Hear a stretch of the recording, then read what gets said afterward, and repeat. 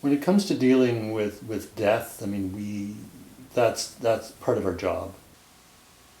A co-worker of mine several years ago, we were having lunch and talking about this subject, and she had said that her brother had died about 6 months or so before, and when she went to the funeral, didn't shed a tear. And I asked her why, and she said, because I understood it, which was a bit strange, but I think to most people will find that a little bit strange.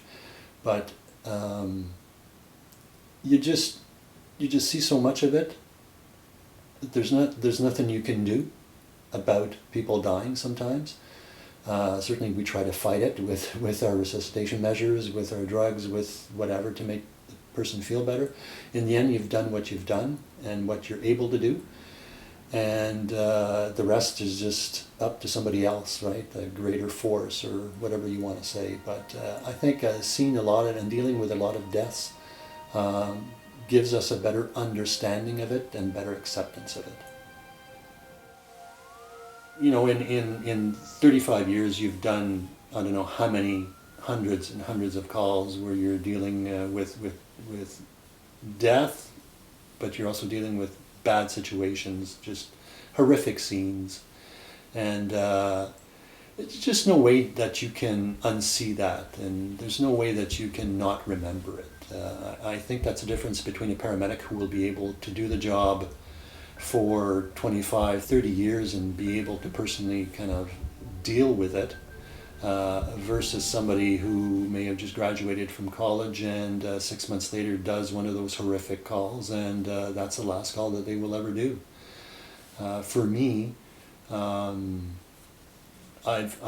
been lucky early in my career. Somebody had took me aside after a bad call and said, just remember one thing, that any calls that you do that are horrific, it is not your fault. You had nothing to do with it. You did your job. You did the best that you could do to help save that person. And whatever somebody else did or whatever happened before is not your fault and will never be. But still, you do remember them. And for me, I kind of explain it as having a bus full of people, and once in a while somebody will get off. And I will remember that call. And that's prompted often by me driving by somewhere where that little girl was struck by a car and died, or the neighborhood where, you know, I might be driving with somebody and I will remember I did a call there. It could be a smell, it could be a sound, could be whatever. I don't feel haunted by that. I don't have nightmares about it at all. It's well placed in there and it's filed away. But again, there's no way that you can forget them.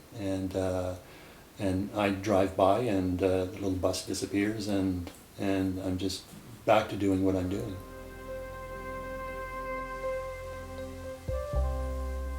It's certainly seeing a lot of death makes you think, right? Makes you think about, you know, why it happens to some people, why it doesn't happen to others, and you know, I'll give the example of that 8-year-old kid on a bike being struck by a car. You know, just that perfect timing, if we can call it that, when that event will happen. You start wondering, you know, is there a reason? Is there a plan behind it? You know, is there something behind that? And for me, on a very personal basis, I don't know that I've ever had that conversation with my fellow paramedics, but for me anyway, you know, I think there's something happens to that spirit, to your soul, and your body is not working, your heart has stopped.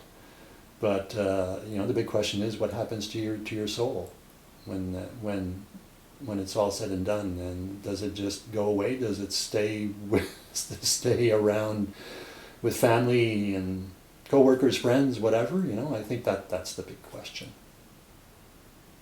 And no answer. That's a question that is, I think, will always be left unanswered.